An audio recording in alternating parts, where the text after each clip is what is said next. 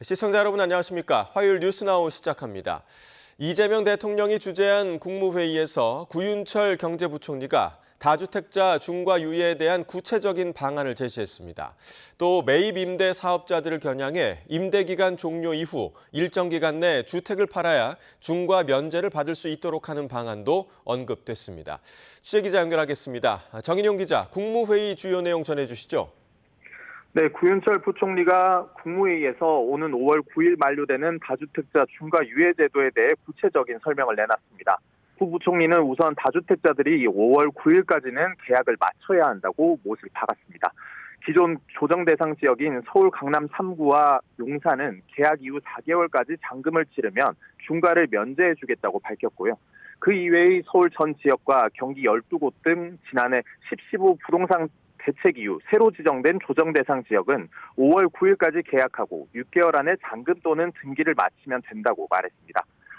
또 전세를 내준 매물에 대해선 구체적인 중과유예 대책 발표 시점으로부터 통상적인 임차 기간인 최대 2년의 범위 내에서 계약 기간까지 실거주 의무가 유예된다고 설명했습니다.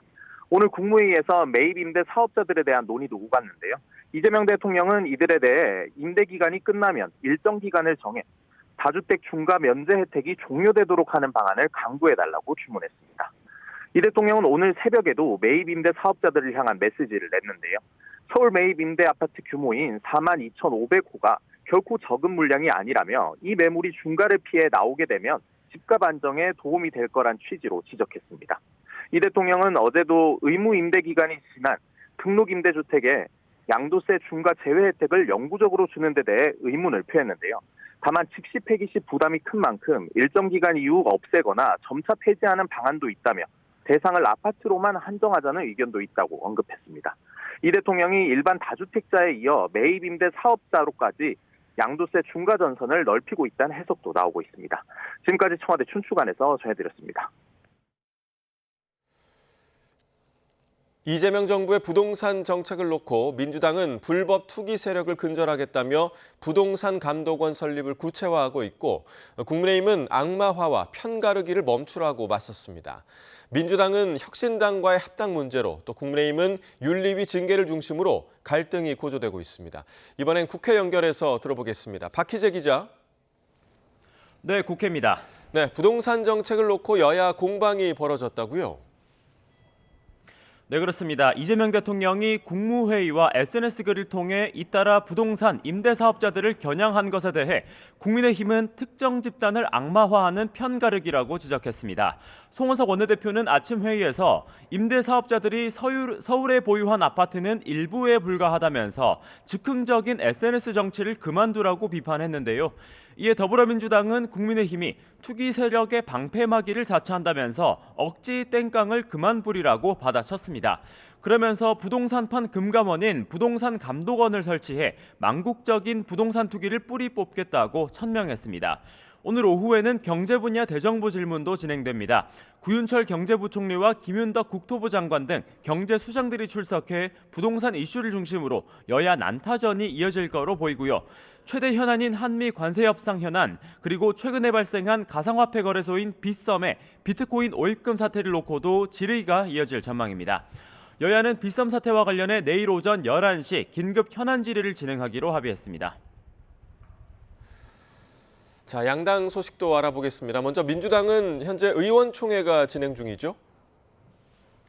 네, 오전 10시부터 한창 의원총회가 진행 중입니다. 정청래 대표가 조국 혁신당과의 합당을 깜짝 제안한 뒤 내홍을 이어온 민주당이 전체 의원들의 여론을 수렴하고 있는 건데요. 합당 찬성파의 설명 그리고 반대하는 목소리가 모두 분출하고 있을 것으로 보입니다. 정청래 대표는 의총에 앞서 오늘 아침에는 당내 재선 의원들 더민제와 간담회를 진행했습니다. 정 대표는 지방선거 승리와 이재명 정부 성공이라는 목표는 같지만 방법이 다른 것뿐이라고 말했는데 직접 한번 들어보겠습니다. 조국 혁신당과의 통합에 찬성을 하든 반대를 하든 그것은 애당심의 발로라고 저는 생각합니다. 더민재 대표인 강준현 의원은 간담회뒤 기자들과 만나 합당 방향 자체는 맞지만 지금 상황에서의 명분과 타이밍이 부적절하다는 의원들의 언급이 많았다면서 합당 논의를 중단하고 국정 등 과제에 집중하자는 의견을 전했다고 밝혔습니다. 지도부는 간담회와 의총에서 여론을 모아 오늘 저녁 비공개 최고위원 회의를 열고 당 차원의 입장을 조율하기로 했습니다. 아주 긴 하루가 될 것으로 보이는데요. 조국 혁신당 대표가 오는 13일을 시한으로 사실상 최후 통첩을 던졌고 오늘 아침 신장식 최고위원도 라디오에서 재차 강조하면서 오늘 의총은 3주간 이어진 합당 논의의 분수령이 될 전망입니다.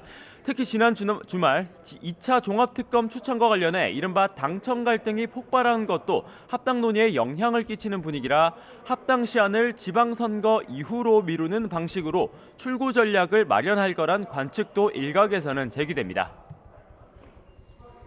네, 이번엔 국민의힘 내부 상황도 전해주시죠. 네, 어제 본회의장에서 포착된 장면이 상징적입니다. 영상 함께 보겠습니다. 네, 옆으로 앉아있는 국민의힘 장동혁 대표 그리고 서서 책상을 짚고 있는 배현진 의원의 모습은 친한계와 지도부 간 갈등을 단적으로 보여주고 있습니다. 배현진 의원이 위원장으로 있는 국민의힘 서울시당의 윤리위원회는 오늘 회의를 열고 유튜버 고성국 씨에 대한 징계를 논의합니다. 반대로 당 중앙윤리위원회는 배현진 의원을 상대로 징계 논의를 진행하고 있습니다. 서울시당 차원에서 한동훈 전 대표에 대한 제명 반대 성명을 주도한 점 등을 문제 삼은 겁니다. 한동훈 전 대표의 제명 이후 10일 넘게 계파 중심의 내용이 잔잔하게 이어지는 모습입니다. 특히 최근 당 최고위원회는 최고위원이 출마 때문에 사퇴할 경우 보궐선거를 치르기로 규정을 바꿨습니다. 또 인구 50만 명 이상 지역 기초단체장은 중앙공관위에서 공천하기로 했는데 공교롭게도 친한계인 고동진, 박정훈, 배현진 의원이 소속된 당협 지역이 대거 해당됩니다. 모두 장동혁 지도부의 안정성을 확보하는 장치라는 해석이 나오는데요. 초재선 의원이 중심인 소장파 대환감일에는 오늘 아침 조천회동 뒤 기자들과 만나 50만 명 이상 지역을 중앙공관위가 공천하는 것에 우려를 표하면서 의원총회 소집을 요구하기로 했습니다. 이런 가운데 당 지도부의 기류 변화도 엿보입니다. 어제 김민수 최고위원은 지방선거 승리를 위해서는 윤 어게인만으로는 어렵다. 이를 넘어서 중도로 확장해야 한다고 했는데 직접 한번 얘기 들어보겠습니다. 우리 당은 윤 어게인을 외쳐서는 지방선거에 이길 수 없다라고 생각합니다. 여러분의 목소리가 우리 진영을 넘어서 중도를 설득하는 목소리로 바뀔 수 있길 바랍니다. 장동혁 대표도 조금 전 한 유튜브 방송에서 선거에 이기려면 미래로 나아가야 한다고 말했습니다. 오는 19일 윤석열 전 대통령의 내란 우두머리 혐의 재판 1심 재판 선고를 앞두고 당 지도부가 노선 변화를 모색하는 모습이 감지됩니다. 지금까지 국회에서 YTN 박 기자입니다. 문재인 전 대통령이 우리가 부동산 정책만큼은 실패했다 이렇게 밝혔습니다. 문 전 대통령은 어제 평산책방 유튜브 채널에 공개된 평산책방TV 시즌2 예고 영상에서 이같이 말했습니다. 해당 영상에서 탁현민 전 대통령 의전 비서관이 먼저 부동산이 나의 가장 아픈 손가락이라는 문 전 대통령의 과거 발언을 언급하자 일단 실패했다고 인정해야 한다며 우리가 부동산 정책만큼은 실패했다고 말했습니다. 탁 전 비서관은 해당 영상을 자신의 SNS에 공유하며 문 전 대통령의 아픈 고백과 인정, 대한민국 경제에 대한 기대라는 글을 남겼습니다. 경북 경산에 있는 대한송유관공사 5개 기름 저장 탱크에 폭발과 함께 불이 났습니다. 안에는 휘발유 250만 리터가 저장돼 있어서 자칫 큰 피해가 날 수도 있었는데요. 다행히 다친 사람은 없었고 불은 조금 전에 모두 꺼진 것으로 확인됐습니다. 현장에 YTN 취재기자 나가 있습니다. 김근우 기자. 네, 대한송유관공사 영남지사입니다. 네, 다행히 불이 모두 꺼졌군요. 그렇습니다. 소방당국은 오늘 오전 10시 반쯤 이곳 유류저장 탱크에 붙었던 불을 모두 껐다고 밝혔습니다. 지금도 제 뒤쪽으로 보시면 이 진화 작업이 모두 종료된 유류저장 탱크의 모습을 확인하실 수가 있는데요. 폭발 당시의 충격이 얼마나 컸는지 이 탱크 윗부분이 모두 날아갔고 이 벌겋게 이제 그 철골 구조가 드러나 있는 그런 모습도 보실 수가 있습니다. 이곳에 있는 유류 저장 탱크에서 폭발 사고가 난 건 오늘 아침 7시 50분쯤입니다. 당시 소방에는 펑 하는 소리가 난 뒤 불이 났다는 신고가 접수됐는데요. YTN에 접수된 제보 영상을 보면 유류 탱크 여러 개 가운데 하나에 불이 붙었습니다. 유류 탱크 덮개 역할을 하는 콘루프에서 불이 시작된 거로 보이는데요. 대한송유관공사 측은 당시 직원이 기름을 확인하는 샘플링 작업을 하고 있었다고 밝혔습니다. 그러다가 정전기가 생겨서 건조한 날씨에 유증기가 폭발한 것으로 추정하고 있습니다. 다행히 해당 직원은 바지에 불이 붙었지만 다친 곳은 없는 것으로 확인됐습니다. 소방당국은 거품을 쏘는 특수장비를 동원해 2시간 반 만인 오전 10시 반쯤 불을 모두 껐습니다. 휘발유 320만 리터를 저장할 수 있는 탱크였고 화재 당시에는 250만 리터가 들어있었습니다. 자칫 큰 피해로 이어질 수도 있었던 사고였는데 무사히 불이 꺼졌습니다. 소방은 추가 화재를 막기 위해 안에 남은 휘발유를 빼내고 있습니다. 이곳 경산저유소는 대한송유관공사가 운영하는 시설로 석유 제품이 주유소에 가기 전 일시적으로 저장되는 시설입니다. 국가주요 시설로 경찰과 한전, 소방 등 관련 기관들이 참여해 저장 탱크 폭발 상황을 가정한 훈련도 진행해 왔는데 오늘 진화 작업에 큰 도움이 된 것으로 전해졌습니다. 지금까지 대한송유관공사 영남지사에서 YTN 김근우입니다. 경남 양산의 풍력발전기에서도 불이 나 1시간 50분 만에 불길이 잡혔습니다. 잔해가 임야로 떨어지면서 산림청이 한때 인력과 장비를 투입해 산불 확산 방지에 주력하기도 했습니다. 현장 취재기자 연결하겠습니다. 이명준 기자. 네, 경남 양산 풍력발전기 화재 현장에 나와 있습니다. 네, 지금은 현장 상황 어떻습니까? 네, 제 뒤로 멀리 높이 70m, 날개 길이 37.5m의 거대한 풍력 발전기가 보이실 텐데요. 몸통과 날개 접합 부분이 검게 그을려 있고 인근의 다른 발전기와는 다르게 날개 부분이 굉장히 천천히 돌아가는 모습 확인하실 수 있습니다. 발전기 상부에 불이 났다는 신고가 소방당국에 접수된 건 오늘 아침 8시 37분쯤입니다. 경남 양산시 어곡동에 있는 풍력발전기인데요. 관련 신고가 83건 접수되기도 했습니다. 현재까지 인명피해는 없고 풍력단지 직원과 인근 사찰 관계자 등 6명이 스스로 대피했습니다. 소방당국 관계자는 70m 높이에서 화재 잔해가 떨어져 임야로 번졌다고 설명했습니다. 소방당국은 인력과 장비를 동원해 화재 발생 1시간 50분 만인 오전 10시 31분쯤 불길을 잡았습니다. 다행히 이번 불이 산불로 번지진 않았는데요. 산림청은 산불로 번질 가능성 없다 보고 현장에 투입했던 인력과 장비를 철수시켰습니다.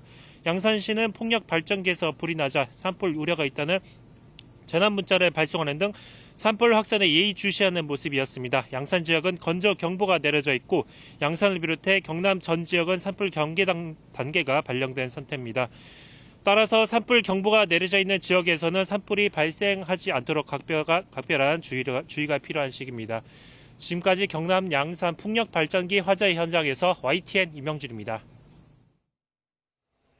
네, 화재 소식이 많습니다. 오늘 새벽에는 경기도 포천시 신북면에 있는 폐목재 재활용 공장에서 불이 났습니다. 한때 산불로도 번졌는데 공장 창고에 폐목재가 1,000톤가량 쌓여 있어 진화에 어려움을 겪고 있습니다. 취재기자 연결해서 자세한 상황 들어봅니다. 정영수 기자, 오늘 폐목재 공장에서 불이 났다고요? 네, 화면부터 보시면서 설명드리겠습니다. 건물 안에서 화염이 보이고 연기가 쉴 새 없이 솟구치고 있는 모습입니다. 불이 커서 공장의 형체도 제대로 알아보기 힘들 정도인데요. 오늘 새벽 5시 10분쯤 포천시 신북면에 있는 폐목재 공장에서 불이 났습니다. 이 불로 아직까지 인명피해는 없는 것으로 확인됐는데요.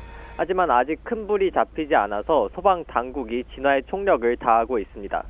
현재 소방 인력 80여 명과 차량 27대가 동원했지만 여전히 진화에 어려움을 겪고 있는데요.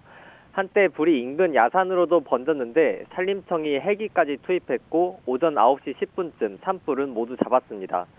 소방당국은 4동짜리 공장 중에 폐목재를 보관하는 창고에서 불이 난 것으로 보고 있습니다. 창고 안에는 목재가 약 1,000톤가량 쌓여있던 것으로 파악돼 불을 완전히 끄는 데까지는 시간이 꽤 걸릴 것으로 보입니다. 지금까지 사회부에서 YTN 정영수입니다.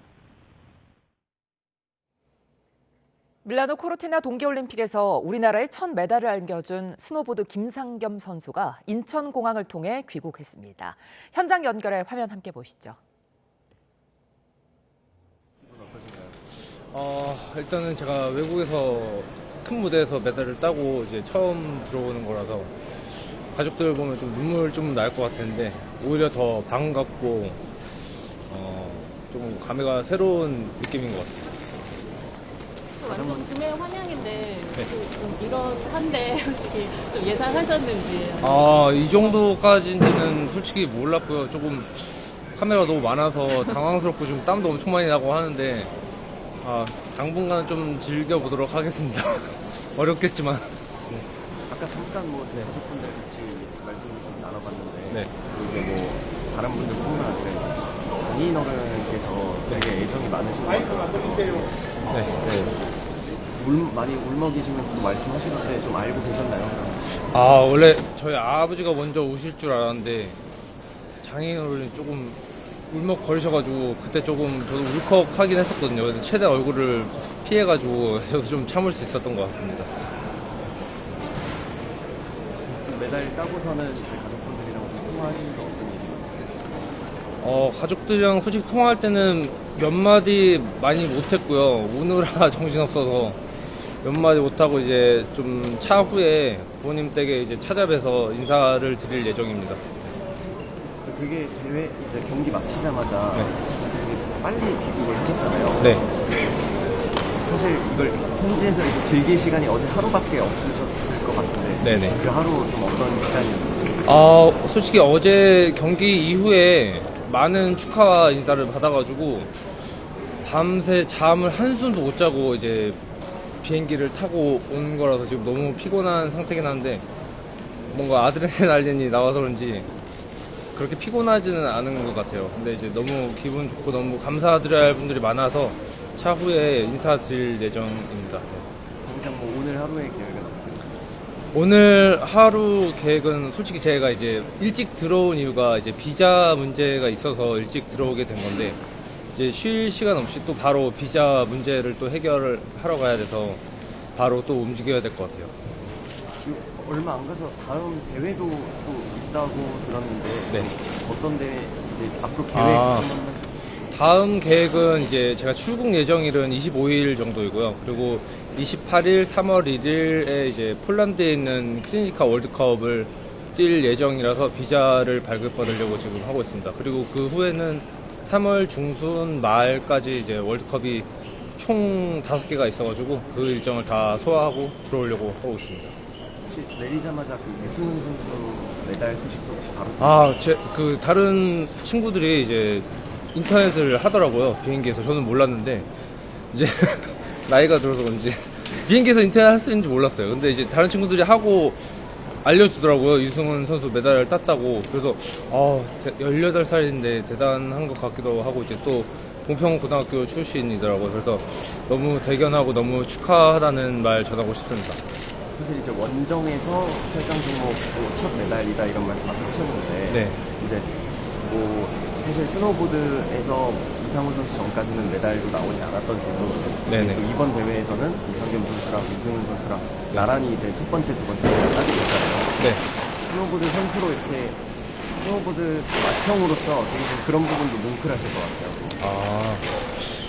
아무래도 이제 타 지역에서 하는 올림픽이라서 이제 평창 올림픽 때보다는 부담감이 솔직히 좀 덜하긴 했었어요. 그런데 이제 좋은 성적을 거둘 수 있어서 너무 행복하고, 그래서 평창에 있을 때는 제가 좀 부담을 갖고 시합에 임했기 때문에 아무래도 지역 주민이다 보니까 그래서 경기력이 좀 떨어졌던 것 같은데, 이번에는 이제 부담 없이 경기를 펼칠 수 있어서 너무 행복하고 이제 또 메달을 딸 수 있어서 너무 감사드리고, 네, 그렇습니다. 이제 뭐 앞으로 2번은 더 나가고 싶다 이런 말씀도 하셨는데, 네네.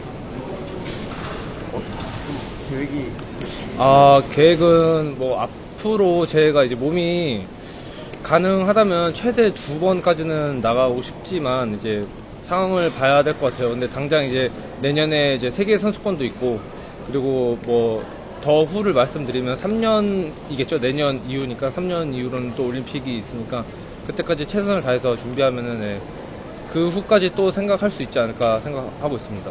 더 큰 목표가 있으실까요?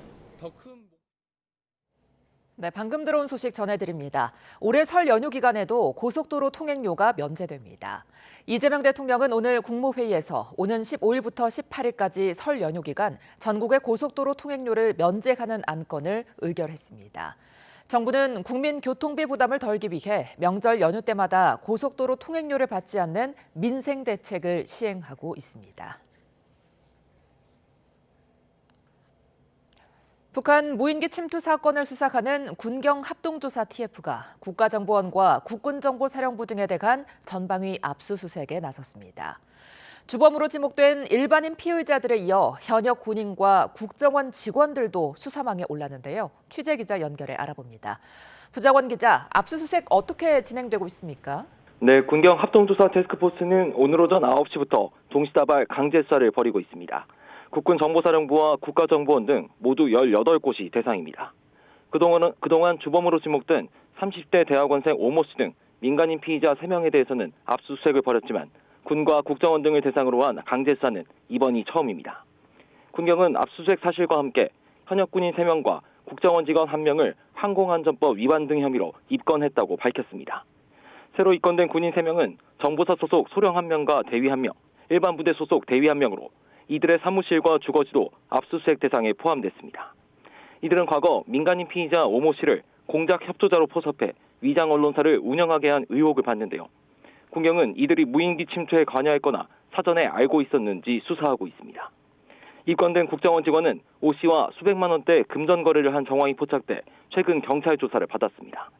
대학 시절 만나 친분을 맺었고 국정원 예산이 아닌 사비를 빌려줬을 뿐이라고 주장한 거로 전해졌는데 국정원도 지난달 자체 감찰을 벌였지만 무인기 침투와의 연관성은 찾지 못했다고 해명했습니다. 이 밖에 군경은 오 씨 등 일반인 피의자 3명에 대해 형법상 일반 이적죄 혐의를 추가 인지했으며 압수물 분석과 엄정한 수사를 통해 무인기 사건의 진상을 철저히 규명하겠다고 설명했습니다. 지금까지 경찰청에서 YTN 부장원입니다. 검찰이 강선우 의원과 김경 전 서울시 의원에 대한 구속영장을 청구한 가운데 김 전 시의원의 영장 실질 심사 일정은 내일이나 모레로 예상됩니다. 경찰은 김병기 의원에 대해서도 출석을 통보하고 첫 소환조사 일정을 조율 중인데요. 현장에 취재기자 나가 있습니다. 이현정 기자. 네, 서울경찰청 광역수사단입니다. 예, 김경 전 시의원의 구속심사 일정 아직 잡히지 않은 거죠? 네, 김 전 시의원의 구속영장 심사 일정은 아직 나오지는 않았는데 이르면 내일 또는 모레가 될 것으로 예상됩니다. 검찰은 경찰이 영장을 신청한 지 4일 만인 어제 강선 의원과 김경 전 시의원에 대한 구속영장을 청구했습니다. 증거를 검토한 결과 두 사람의 범행이 중대하고 도주 및 증거인멸 우려가 있다고 판단했다는 설명입니다. 다만 강선 의원은 김 전 시의원과 달리 불체포 특권이 있어 국회에서 체포동의안이 가결되어야 구속영장 실질심사를 받게 됩니다. 통상 영장 청구부터 체포동의안 표결까지 2주 넘게 걸렸다는 점을 고려하면 강 의원은 김 전 시의원의 구속심사 결과까지 보면서 대응할 시간이 있을 것으로 예상됩니다.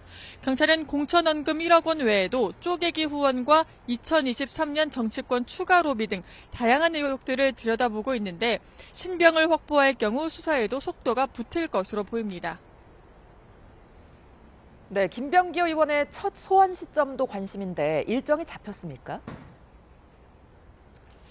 네, 경찰은 김병기 의원 측에 출석을 통보하고 시점을 조율하고 있지만 아직 구체적인 일정은 정해지지 않은 상태입니다. 서울경찰청이 김 의원 의혹을 전담해 수사에 착수한 건 지난해 12월 말이지만 한 달이 넘는 기간 동안 김 의원은 아직 소환된 적이 없습니다. 정치헌금 수수와 차남의 숭실대 특혜 편입 등 관련 의혹이 13가지에 달해 김 의원 소환은 한 차례에 그치지는 않을 것이라는 게 경찰 설명입니다. 경찰은 첫 소환이 조율되기 전까지 연루 인물들에 대한 조사를 계속 이어가며 김 의원 혐의 입증을 위한 준비를 최대한 마치겠다는 방침입니다.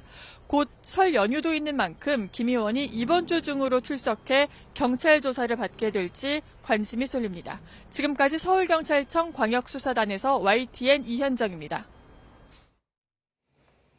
오늘 법원에선 헌법재판관 미임명 의혹 등으로 추가 기소된 한덕수 전 국무총리의 첫 공판이 열립니다. 지난달 내란 재판에선 징역 23년을 받은 한 전 총리가 어떤 입장을 밝힐지 주목되는데요. 현장에 취재기자 나가 있습니다. 권준수 기자. 네, 서울중앙지방법원입니다. 예, 오늘 한 전 총리의 재판 몇 시부터 시작합니까? 네, 헌법재판관 미임명 의혹 등으로 추가 기소된 한덕수 전 국무총리 재판이 오늘 오후 2시부터 본격 시작합니다. 첫 공판기일인 만큼 피고인 출석 의무가 있어 한 전 총리는 법정에 나올 예정입니다. 한 전 총리는 지난달 내란 중요임무 종사 혐의 1심에서 징역 23년을 선고받고 서울구치소에 수감된 상태입니다. 이번 재판에서 내란 특검이 공소 요지를 주장하고 한 전 총리를 포함한 피고인 측에서 혐의에 대한 간략한 입장을 진술할 예정입니다. 한 전 총리는 윤석열 전 대통령이 탄핵당한 뒤 국회가 추천한 헌법재판관 후보자를 임명하지 않은 혐의를 받는데요. 이후 대통령실 인사 관계자 등과 소통하며 제대로 된 인사 검증을 하지 않고 함상훈 후보자와 이완규 후보자를 헌법재판관 후보로 지명한 혐의도 받습니다. 최상목 전 부총리도 한 전 총리가 탄핵당했을 당시 권한대행을 수행하며 국회 추천 후보자를 임명하지 않은 혐의로 함께 재판을 받는데요. 김주현 전 대통령실 민정수석, 정진석 전 대통령 비서실장, 그리고 이원모 전 공직기강 비서관도 인사 개입에 관여한 혐의로 기소된 상태입니다. 네, 오늘 양평고속도로 특혜와 관련해서 국토부 김모 전 서기관의 재판도 있죠. 네, 김건희 특검이 양평고속도로 특혜 의혹과 관련해 직권남용 혐의로 기소한 김모 전 서기관과 용역업체 관계자 등의 첫 공판이 오후 2시부터 열립니다. 김 전 서기관 등은 김건희 씨 일가가 소유한 양평군 강상면 토지가 최정노선이라는 결론에 이르도록 영향력을 행사한 의혹을 받는데요. 특검은 용역 일부가 이행되지 않았는데도 모두 이행됐다는 허위 공문서까지 작성해 업체에 대금 3억 3천여만 원을 지급한 혐의도 적용했습니다. 용역업체가 제출한 과업 수행 계획서에서 일부를 삭제하거나 특검 압수수색 과정에서 외장 하드 은닉을 지시한 한국도로공사, 국토부 직원 등도 함께 재판을 받습니다. 앞서 김 전 서기관은 특검 수사 과정에서 적발된 뇌물 혐의로도 별도 기소됐지만 지난달 1심 재판부는 특검법상 수사 대상이 아니라고 보고 공소 기각 판결을 내린 바 있는데요.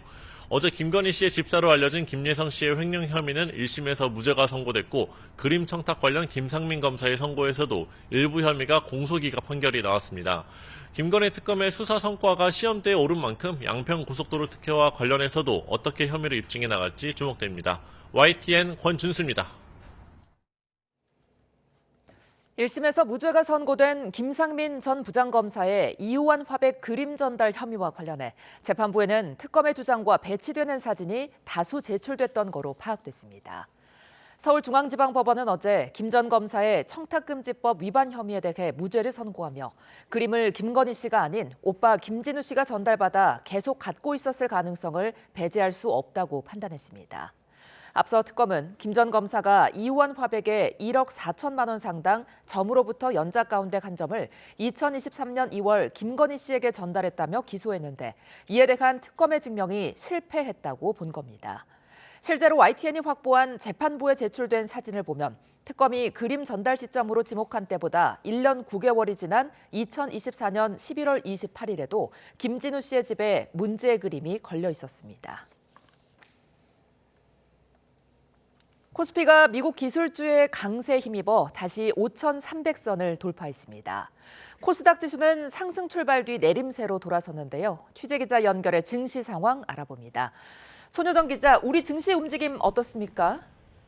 네, 어제 4% 넘게 급등했던 코스피는 개장과 동시에 5,300선을 넘어섰습니다. 어제보다 1% 오른 5,350선으로 문을 연 뒤 5,363포인트까지 올랐는데요.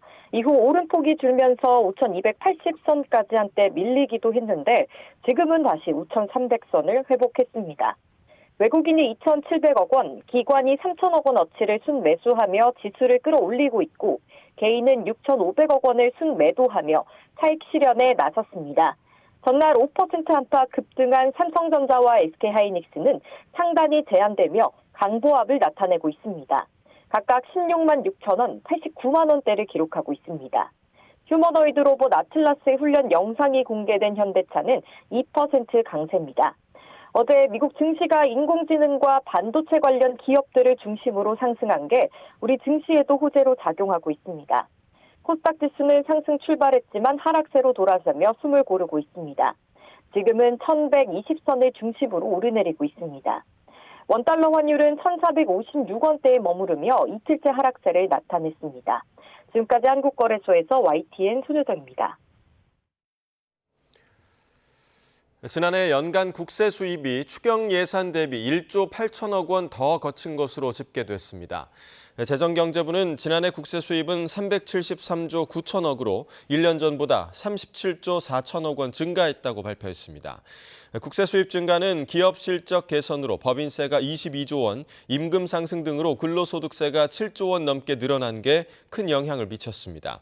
이에 따라 국세 수입은 지난해 6월 세입 경정에 따른 추경 예산 372조 2천억 원보다 1조 8천억 원이 더 거쳤습니다.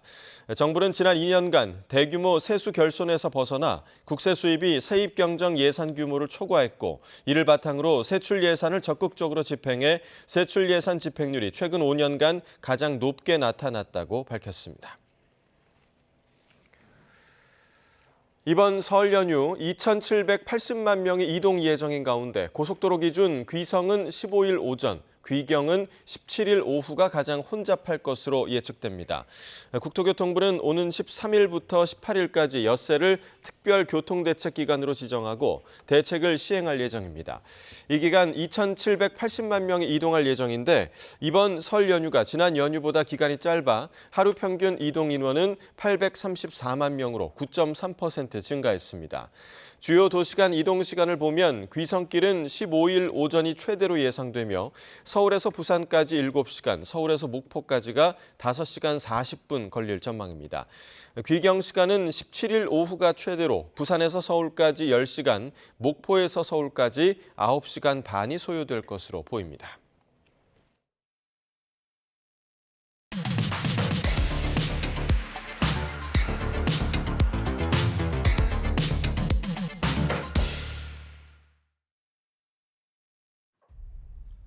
조국혁신당에게 제안합니다. 우리와 합칩시다.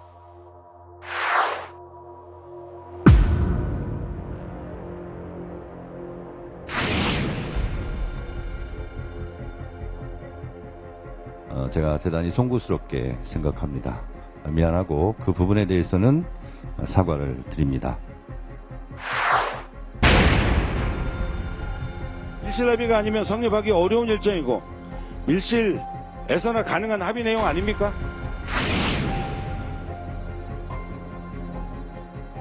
논의되지도 않고 실행되지도 않았던 문건이 유출되는 일종의 사고가 있었습니다. 저도 신문을 보고 아는.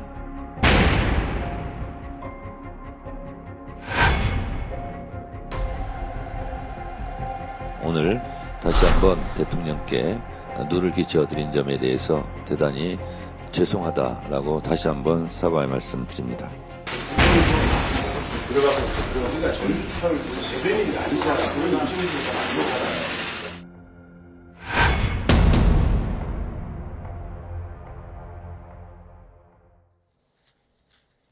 각이 살아있는 정치평론 시사정각 시작합니다. 오늘도 각이서는 두 분을 모셨습니다. 김상일 정치평론가, 최진영 변호사와 이야기 나누겠습니다. 어서 오십시오. 네, 안녕하십니까. 네. 자, 앞서 영상에서도 보셨습니다. 어제 2차 종합특검 추천에 논란이 있자 정청래 대표 이 대통령을 향해서 사과를 했습니다. 최근에 뭐 사과도 하고 해명도 하고 부쩍 이런 상황들이 지금 계속되고 있는데 이 상황들 좀 어떻게 바라보고 계세요?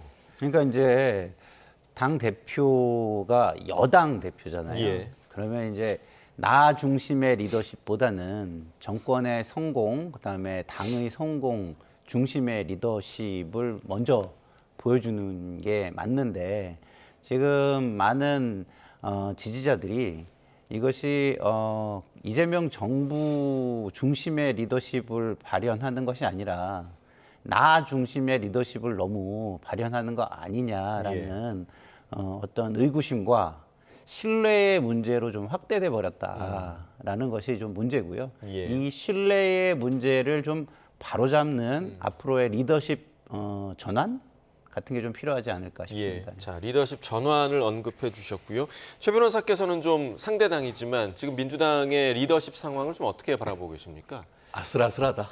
이렇게 국민들은 보는 것 같습니다. 예. 어떻게 보면 정부 여당이 지지율도 굉장히 높고 그런 상태 속에서 국정을 안정적으로 끌어갈 것 같은데 오히려 당청 간의 갈등이 굉장히 불거지면서 이거는 뭔가 하는 그런 생각이 드는데요.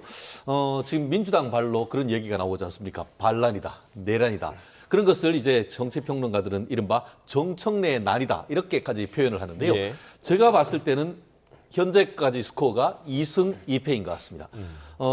지금 1인 1표제 당헌 당규 결국은 관철이 됐습니다. 예. 그런 측면에서 이재명 대통령이 당대표 시절 때 임명장을 줬던 그 어떻게 보면 20표가 되는 사람들을 한 표로 줄여버렸기 때문에 어떻게 보면 그 다가오는 8월 달에 본인의 어떤 그 정치적 재개, 당대표 재선의 교두보를 마련했다는 점에서는 승리하는 것 같았고 나아가 최근 같은 경우에는 이른바 검수완박과 관련해 가지고 청와대에서 이렇게 검찰의 보안 수권 문제와 관련해서 얘기를 하는데 그것도 사실상 무시해버리고 지금 완전히 없애려고 가는 이런 측면에서는 완승하는가 했었는데 연이어서 2패가 있었던 것 아니겠습니까? 지금 얘기하고 있는 조국 당과의 합당 문제에 있어서 굉장히 문제가 있고 나아가 뒤에 얘기할 이 2차 특검과 관련해서 가지고도 굉장히 어떤 잡음이 생기면서 나름대로 이제 순항하는 것 같았지만 당선된 지 1년도 되지 아니한 이재명 대통령에게 리더십의 날을 세우는 이런 모습 속에서 결국은 과연 이런 상황 속에서 이 두 가지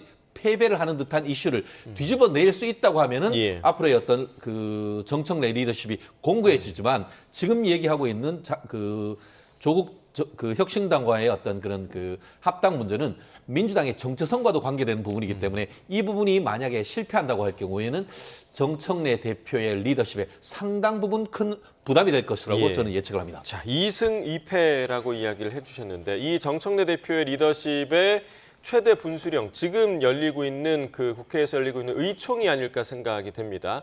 과연 혁신당과의 합당이 제대로 이루어질 수 있을지 정청래 대표 오늘 이런 이야기를 하기도 했습니다. 함께 들어보겠습니다. 조국 혁신당과의 통합에 찬성을 하든 반대를 하든 그것은 애당심의 발로라고 저는 생각합니다. 또한 지방선거 승리와 이재명 정부 성공이라는 목표를 놓고 방법의 차이라고 저는 생각하지 목표의 차이는 아니라고 저는 생각합니다. 그런 면에서 당 대표로서 전체 의원님들의 의견을 경청하고 또 당원들의 의견을 청취해서 올바른 방향으로 결론을 내는 그런 민주적 절차의 과정을 밟는 것은 당연하다고 생각합니다.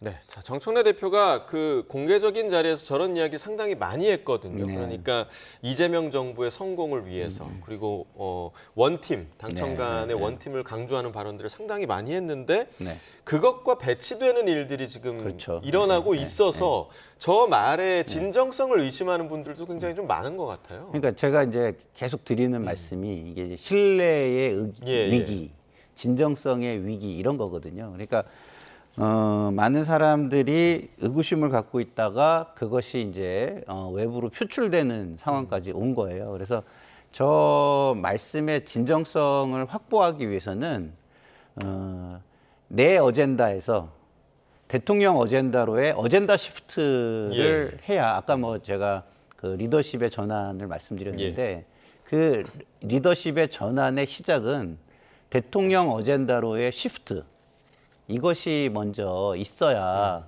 그 이후에 그 어젠다를 얼마나 잘 끌고 가느냐를 가지고 당원들이 진정성과 신뢰를 다시 보내기 시작하지 않을까라는 생각이 듭니다.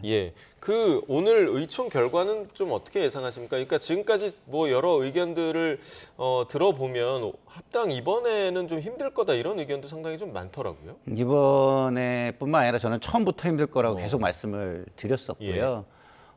이것이 계속 말씀을 드리지만 대통령을 중심에 놓고 만약에 평가를 받는데 그래도 이게 어려울 것 같다라는 상황이 전파가 돼서 합당으로 갔다면 어느 누구도 반대하지 않았을 거예요. 근데 지금은 백낙천 교수께서도 조국 대표와 함께 유튜브를 하면서도 그 얘기를 하잖아요. 이번에는 뭐 합당할 필요 없어. 대통령 지지율이 저 정도면은 대통령으로 선거 치러야 돼라고 얘기를 하거든요. 예. 그러니까 대통령의 지지율이 당보다 20% 가까이 내지는 넘게 그 차이가 나고 있습니다. 그러면 대통령 지지율을 당이 끌어안는데 먼저 치중을 해야지 3% 타당의 지지율을 가져오겠다라고 하는 거는 당원들로서는 납득하기가 좀 어려운 거예요. 그리고 지금 대통령께서 SNS에 본인 의견을 굉장히 쏟아내면서 그거에 대한 또 논란도 생기고 있습니다. 그게 왜 그런 것이냐? 당의 스피커들이 미리 얘기를 해가지고 정지 작업을 하고 어떤 분위기 파악도 해주고 리스크를 좀 제거해주고 이렇게 갔다면 대통령이 왜 저렇게 전면에 나서야 됩니까? 대통령 외에 대통령 주변에 스피커가 될 만한 사람들이 지금 없고 대부분 그게 당의 주요 인사들이 있는 것인데 그 당의 주요 인사들이 자기 어젠다를 자꾸 이야기하니까 대통령은 대통령 어젠다를 어떻게 세팅을 하겠습니까? 본인이 나서는 수밖에 없는 상황이 지금 오는 것이라서 제가 볼 때는 처음부터도 저는 좀 어려웠다라고 생각을 하는 게 납득을 시켜줘야 되는데 설득이라는 말을 하지만 누구를 설득했다, 누가 납득됐다 이런 얘기는 지금 없는 겁니다. 그렇죠. 그렇게 되면 어떻게 됩니까? 이거는 설득이 아니라 수순이다 이렇게 좀 받아들여질 수가 있는 거라서 제가 볼 때는 지금의 상황은 계속 끌고 가면 아주 강한 대결, 힘대결로 번질 가능성이 있어가지고 여기서 좀 멈추고 대통령 어젠다로의 시프트가 좀 필요한 상황이다 이렇게 생각합니다.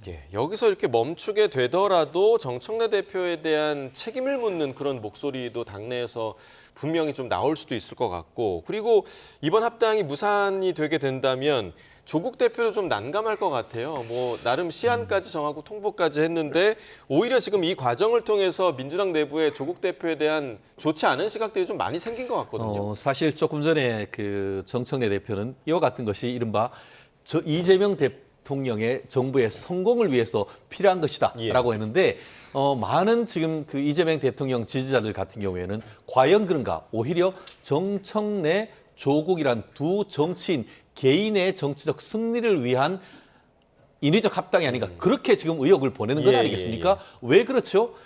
조국 당대표 같은 경우에는 지금 민주당이 이번 주 금요일이 공교롭게 13일에 금요일인데 이번 주 13일까지 이에 대한 답을 달라라고 하지 않습니까? 최후 통첩이다라고 하지만 시중에서는 그게 무슨 최후 통첩이냐? 최후의 애걸복걸, 최후의 간청이다라고 얘기가 나온 것이 그것 아니겠습니까? 지금 각종 여론조사를 봐도 조국 당의 지지율이 3%를 넘지 못하는 그런 전후를 보이고 있습니다. 그렇다고 한다고 하면은 어떤 그 지난번 총선 같은 경우에는 지민 비조라고 해서 지역구는 민주당, 비례는 우리 당을 달라 뭐 그런 어떤 선거 연대가 가능하지만 이런 그 지방선거에서는 그런 것이 현실적으로 쉽지가 않죠. 그런 상황 속에서 조국 당대표, 조국 당으로서는 이런 상황 합당하지 않으면 거기에 인재가 모이겠습니까? 오히려 민주당에 들어감으로써 본인의 어떤 그 정치적 미래도 보고 본인의 식솔들도 어떻게 보면 그 당선될 수 있는 그런 가능성을 보고 이런 부분에 어떤 합당을 했는데 이게 지금 안 되니까 뭐라고 했습니까? 어제 같은 경우에는 정청래 대표님, 우리 당 대표 미팅까지 합시다라고 했는데 이에 대해서는 메아리 없는 지금 호소가 된 것 아니겠습니까? 현재로서 몸이 단 것은 조국 당대표가 아닌가 생각을 합니다. 자, 그리고 이제 어제 정청래 대표가 두 번째 사과를 했던 부분이 바로 2차 종합특검 추천건이었습니다. 전준철 변호사의 과거 이력 때문에. 근데 이제 결국 이 부분은 알고 했느냐, 모르고 했느냐. 이 부분이 좀 중요한 거 아니겠습니까? 저는 알고 했느냐, 모르고 했느냐 이거보다는요. 절차와 과정이 민주적이었고 충분히 공감대가 형성되는 과정 속에서 했느냐가 더 중요한 것 같아요. 만약에 전준철 변호사의 모든 것을 볼 때 윤석열 정권에서 핍박받고 뭐 이런 것들이 더 크다라고 판단을 해서 이 특검으로서 수사를 잘하는 게 더 중요하다라고 판단에 공감대가 있었다면 그 과거 이력이 이렇게 도드라지게 불쾌하다라는 느낌으로 오지 않았을 거예요. 예. 근데 그런 것들이 없는 상황에서 딱 보면은 나에게 가장 최전선에 있었던 사람인데 예. 이게 먼저 보이지 않겠습니까? 어느 누구라도 입장을 바꿔놓고 생각하면. 그렇기 때문에 저는 이력 그 자체보다 지금 대통령을 배려하는 마음이 있었느냐라는 부분, 예. 그 부분과 그것에 대한 이제 과정이 다른 사람들에게 민주적이었느냐라는 부분이 굉장히 큰데 예. 그런 것이 지금 이런 특검 추천이라는 걸로 분출됐을 뿐이다라고 생각하지 이게 하나의 그냥 매개지 이것이 본질은 아니다라고 저는 생각합니다. 예, 지금 그 국회에서요, 그 민주당 의총이 끝나고 의원들이 지금 나왔다고 하는데 박수현 대변인의 이야기를 좀 들어보도록 하겠습니다. 종합하면 첫째, 조국 혁신단과의 합당 제안이 지방선거의 압승을 통해 이재명 정부의 국정 성공을 뒷받침하기 위한 진정성에서 비롯된 것이었다 해도 추진 과정에서 발생한 갈등으로 귀결되고 있는 상황 인식을 공유하였습니다. 두 번째, 의원들은 대체로 통합의 필요성은 공감하나 현 상황에서의 합당 추진은 명분이 있지만 추진이 어렵다는 것과 오늘 의원총회 결과를 반영하여 오늘 최고위원회가 신속히 결론을 내려줄 것을 요구하였습니다. 이상입니다. 네. 질문 받겠습니다.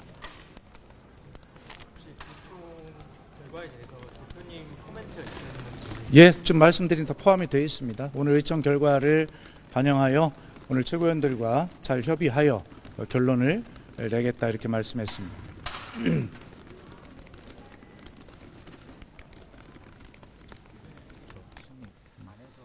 네, 의총장에서 나온 박수현 수석 대변인의 이야기를 함께 들어봤습니다. 다시 한번 좀 정리를 해드리자면 오늘 의총장에서 한 20여 명의 의원들이 발언을 했고 합당 추진 과정에서의 갈등 상황 그런 상황들을 좀 공유한 것으로 보입니다. 대체로 의원들이 그 조국 혁신당과의 통합의 필요성에 대해서는 공감을 했지만 지금 상황에서 추진하는 건 어렵다. 지금 이런 의견을 대체로 낸 것으로 보이고요. 이후에 있을 최고위에서 아마 이와 관련한 결정이 있을 것으로 보입니다. 어느 정도 지금 뭐 예상된 상황이기는 했고 이제 최고위에 공이 돌아가긴 했지만 이 정도면 뭐 무산된 것으로 봐야겠죠? 사실상 무산 예. 이렇게 보는 게 맞겠죠. 결국 의총에서 이 부분에 대해서 명분이 있지만 실질적으로 추진할 경우에는 더 문제가 있을 수 있다라는 그런 말씀은 그와 같은 최종 결정을 의총을 거쳐서 의원총들이 다 모여서 그 대표라고 할 수 있는 최고위원회에서 추인하도록 된 것 아니겠습니까? 예. 사실상 뭐 반장 선거했고 거기에서 그 전교 학생회장들 모여가지고 그냥 최종 결정하라라는 것이기 때문에 최고위원회에서의 어떤 그 합당 논의는 중지한다라는 결정이 불가피한 것이고 예. 문제는 이렇게 했을 때에 조금 전에 얘기하는 것처럼 단순히 합당 무산으로 끝날 것인가 아니면은 이른바 친명계의 현재 그 정청래 당 대표에 대한 뭐 사퇴라든가 아니면 이 부분에 대한 정치적 사과라든가 이 부분은 수위가 어느 정도가 될지에 대해서 지금 앞으로 좀 더 지켜봐야 될 것 같은데요. 예.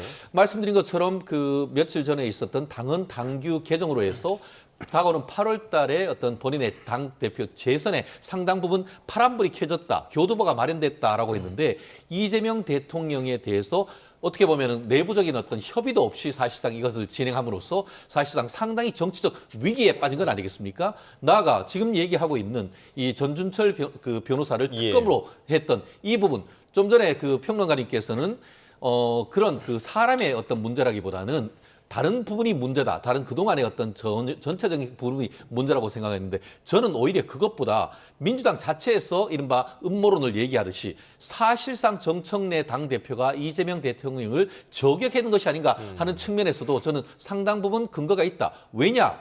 지금 추천했던 이성인 최고위원 같은 경우에는 이 사람은 전혀 지금 그 쌍방울 김성태 회장과는 실질적인 변론을 하지 않았다라고 했습니다만 어제 오마이뉴스에서 했는 보도를 보면은 구체적인 증거가 나왔습니다. 뭐냐? 이분이 2022년에 그 서울중앙지검에서 특수부장으로 옷을 벗었습니다. 그런데 그러고 나서 대형 로펌에 들어갔고 그리고 그 다음에 2023년 1월 달 무렵에 이 쌍방울 김성태 회장이 한 8개월간 동남아에 있다가 한국으로 들어와서는 처음에는 이재명 대통령인가 모르겠다라고 했지만 실제로 본인이 이재명 대통령의 그 가운데 있는 이화영 부지사의 요청을 받고 결국 800만 불을 북한으로 보냈다는 것을 자백했던 거 아닙니까? 그 들어왔던 2023년 1월 달부터 이 그 전준철 변호사가 이 쌍방울 김성태 회장의 변호인으로 추가 지정서가 공개됐습니다. 그리고 그 이후에 아시다시피 그 이후에 여러 가지 얘기가 있었고 나중에 이제 김성태 그 이화영 부지사 같은 경우에도 진술을 바꿨다가 말았다는 그런 논란이 있었지 않습니까? 그 과정에서 이 쌍방울 김성태 회장을 적극 변호했던 사람이 바로 이 그 전준설 변호사로서 이번에 2차 특검에 민주당 특히 정청래 그 대표가 도장 찍어서 청와대로 보낸 건 아니겠습니까? 그렇기 때문에 이재명 대통령이 격분했다 내지는 격노했다라는 것이 나오는 것이거든요. 그렇다는 점에서 좀 전에 아까 제가 2승 2패라고 했는데 이 2패가 정청래 그 당대표로서는 상당히 뼈아픈 패배가 아닌가 싶은데 과연 절치부심에서 리더십을 회복할 수 있을 것인지 좀 더 지켜봐야 될 것 같습니다. 이 합당 문제 그리고 2차 특검 추천 문제의 과정 속에서 그 진보 진영의 대표적인 스피커로 불리는 유시민 작가 또 김어준 씨 역시 이번 논란의 또 중심에 서 있기도 했는데요. 이 과정에서 어떤 발언들을 했는지도 함께 들어보겠습니다. 대통령이 되어서 나라를 책임질 자세를 갖고 있다면 합쳐야 돼요. 빨리. 그러니까 지류에는 큰 배를 띄우지 못해요. 큰 배를 띄우려면 반드시 본류를 타야 됩니다. 지류를 타면 저처럼 될 거예요. 정청래 대표를 친명이라고 하지 않으면 대체 누구를 친명이라고. 지금도 대통령에 향한 단심이 있는 정치인인데 마치 반명처럼 몰고 가요. 전준철 변호사한테 직접 해명을 듣지 않으면 그렇게 생각할 수 있죠. 네, 지금 뭐 유튜브를 통해서 이제 방송이 됐던 유시민 작가 그리고 김어준 씨의 발언 내용 좀 어떻게 해석을 하십니까? 근데 이제 시점이요. 그런 해석을 할 시점은 저는 이제 지났다고 봅니다. 왜냐하면 의총을 통해서 어느 정도 결론이 났기 때문에. 결론도 나고 봉합이 됐다고 저는 생각하고요. 의총에서 굉장히 절제된 입장을 박수현 대변인이 나와서 이야기했다는 것은 뭐냐? 정청래 대표를 비판했던 사람들도 선거를 앞두고 갈등을 더 진전시켜서는 안 된다는 거에 저는 동의했다고 생각합니다. 그렇기 때문에 이것은 이제 과거에 이랬네 저랬네를 따지기보다는 아까 말씀드린 대로 정청래 대표는 리더십의 전환, 어젠다의 시프트를 통해서 함께 갈 수 있는 공간을 마련을 하셔야 될 것 같고요. 그리고 반대했던 사람들은 이게 싸움을 하자는 게 아니었습니다. 처음부터. 그래서 싸워서 이기고 지구의 문제가 아닌 겁니다. 이거는 그동안에 논쟁을 하다 보니 극단적인 표현, 극단적인 사례들이 들어오긴 했으나 저는 정치는 경연이라고 자꾸 말씀을 드리잖아요. 그래서 양쪽의 경연이 선택을 받은 것이기 때문에 그 선택받은 것으로 끝나야 한다. 그리고 미래의 방식의 교훈으로 가져가야 된다라고 생각하기 때문에 제가 여기서 뭐 유시민, 김어준 뭐 그분들의 이야기를 다시 평가하는 거는 이제 지난 이야기이기 때문에 별 의미가 없다 이렇게 말씀을 드리고 싶습니다. 그리고 이제 앞서 그 평론가님께서 대통령이 이제 SNS를 통해서 아젠다를 직접적으로 제시하는 부분과 관련해서는 주변에 스피커들이 이제 그런 역할을 지금 제대로 하지 못하고 있다라고 얘기를 해주셨는데 오늘 아침에도 또 대통령이 글을 올렸고요. 어제는 보니까 그 청와대에서 통인시장을 찾아서 국밥을 먹는 모습이 공개되기도 했습니다. 자, 이런 일련의 과정들을 최 변호사께서는 좀 어떻게 보고 계십니까? 내각은 뭐하죠? 내각이 전혀 안 보이지 않습니까? 대통령만 열심히 뜨는 것 같은데 사실은 어떻습니까? 대통령이 만기칠람하면 그 정권 잘못하면 망하는 겁니다. 결국 어젠다를 딱 하고 그러면은 밑에 있는 책임 총리, 책임 장관들한테 일을 맡겨야 그래야 이 공무원들도 열심히 뛸 것 아니겠습니까? 근데 결국은 대통령이 저렇게 밤낮 가리지 않고 새벽에 새벽 3시에 밤에 이렇게 한다고 하면은 사실 그 실무를 담당하는 공무원들도 굉장히 불편할 겁니다. 제가 그 어떤 법인에서 이 대표를 하고 있는데 대표로서 퇴근한 이후에 뭐 계속 올리면은 밑에 있는 직원들 예. 퇴근 이후에 자유를 누릴 자유도 빼앗는 이런 부분도 있는데요. 결국은 실무 장관들에게 힘을 실어주고 거기를 통해서 뭘 정책을 대야 되는데 그러지 않고 대통령만 제일 얘기를 하고 있고 그러면 그것이 실질적으로 그리고 대통령이 제기하고 있는 문제가 현실성 있는 대안이 나오느냐? 그것도 아니란 말이에요. 실제로 어땠습니까? 부동산 관련해 가지고도 계속 그렇게 얘기를 하면서 계속 부동산에 대해서 공급 대책보다는 세금 대책 그리고 지금 있는 사람 때려잡아야 된다는 식으로 이게 얘기를 한다고 하면은 결국 그것은 노무현 대통령이나 아니면은 문재인 대통령 때 실패했던 그것을 따라가면서 밑에 있는 그 공무원들한테 그것에 대한 뒷받침하는 정책을 해라는 것 아닙니까? 저는 앞으로 조금 더 손가락은 좀 쉬시고 밤에 좀 푹 주무시고 밑에 있는 분들한테 위임을 주고 일하도록 하시는 게 저는 그게 정상적인 국정 운영이라고 봅니다. 제가 좀 다른 부분도 좀 시청자분들께 말씀을 드려야 되는데 이게 우리가 이 휴대폰을 쓰다 보면 알고리즘이라는 게 있어요. 그래서 제 알고리즘에는 장관들, 내각들의 메시지들이 많이 뜹니다. 근데 문제는 뭐냐? 언론에 그게 조명이 되지 않아요. 정치권의 이슈가 훨씬 핫하기 때문에 그것이 조명이 되는 것이죠. 그러나 대통령이 직접 말씀하시면 정치권의 핫함과 비슷하게 내지는 더 비중 있게 다뤄질 수밖에 없죠. 내각에서 많이 SNS를 통해 가지고도 올리고 이야기도 합니다. 내각도 열심히 하고 있다. 뭐 열심히 한다고까지 평가를 할지는 모르겠지만 어쨌든 그 테크노크래트 전문 관료로서 일을 하기 위해서 최선의 노력은 하고 있다라고 저는 생각을 합니다. 방식의 차이는 다를 수 있습니다. 정치권이 가지는 방식은 더 자극적이고 언론 친화적일 수 있습니다. 그러나 관료의 방식은 책임 친화적인 방식이기 때문에 신중할 수밖에 없는 부분이 있죠. 그래서 언론에 조금 더 매력적이지 않을 수 있다라는 점 그런 것 때문에 제가 볼 때는 당이 그 부분을 대통령이 잘못해서 이건 정말 쓴소리를 해가지고 대통령을 좀 바로 잡아야 되겠다 이 상황이 아니면 대통령이 성공할 수 있게 지원하는 스피커가 돼야 되는 게 너무나 당연하다 이런 말씀을 드리고 싶습니다. 자, 저희가 시간이 많이 없어서 국민의힘 상황 빠르게 좀 짚어보도록 하겠습니다. 전한길 씨 그리고 김민수 최고위원이 한 이야기가 또 주목을 받고 있는데요. 그 내용 들어보시고 두 분 말씀 듣도록 하겠습니다. 청년들은 이렇게 자유대한민국을 살리겠다고 윤석열 대통령 살리겠다고 지키겠다고 김현태 단장님처럼 참군인도 나와서 외치고 전한길도 마찬가지로 그 추운 날씨에 정말 추웠습니다. 날씨가요. 그런 속에서 많은 애국 시민들은 이렇게 나와 있는데 그들은 어디가 있는가? 윤석열 대통령을 지켜야 될 사람 누굽니까?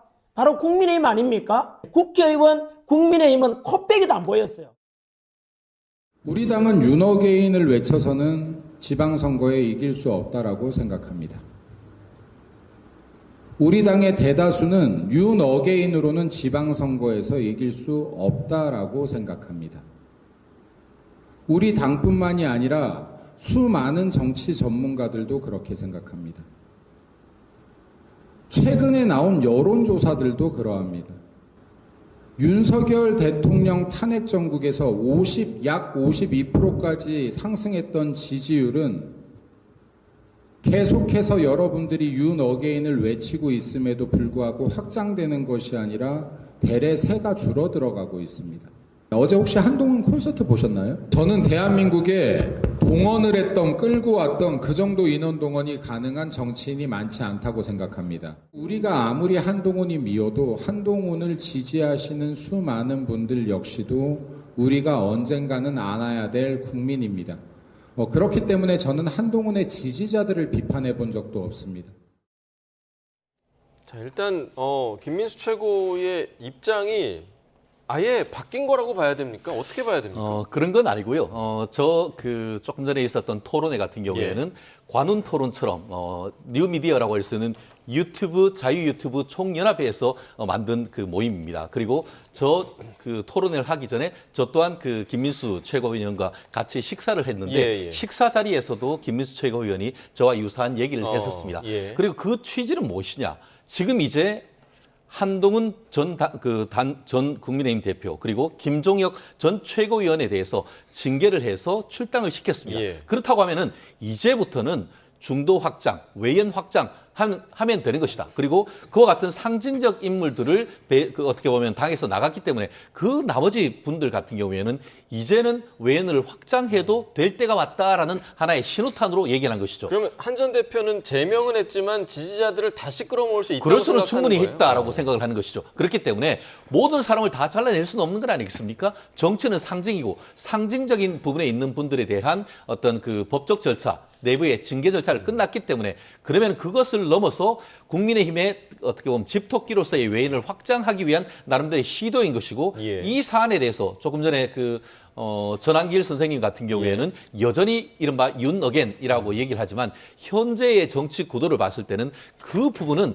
상당히 한정적일 수밖에 없는 건 아니겠습니까? 그렇다고 한다고 하면은 장동혁 당대표도 지난번 그 12.3 비상계엄 자체에 대해서 분명히 잘못된 것이고 그에 대해서 헌법재판소의 탄핵 결정이 있었다라고 하면은 그에 대한 사과와 책임지는 얘기는 분명히 했습니다. 그러면 그 민주당이 얘기하는 비상계엄 이꼴 이 내란이란 그 프레임 자체를 얘기할수록 계속 그 수렁에 빠져드는 상황이기 때문에 내란 내지는 윤어겐 그 프레임을 넘어서서 이재명 정부의 무도한 어떤 그런 독재 그리고 정청래 입법 독재 이런 부분과 싸워 나겠다는 하나의 어떻게 보면은 뭐 이번에 그 입춘도 지났습니다만 중도 확장을 하기 위한 하나의 메시지의 출발점이다라고 저는 평가를 합니다. 마지막으로 짧게 좀 들어보겠습니다. 출발이 너무 많았죠. 출발을 하려면 그쪽으로 방향으로 몸을 틀죠.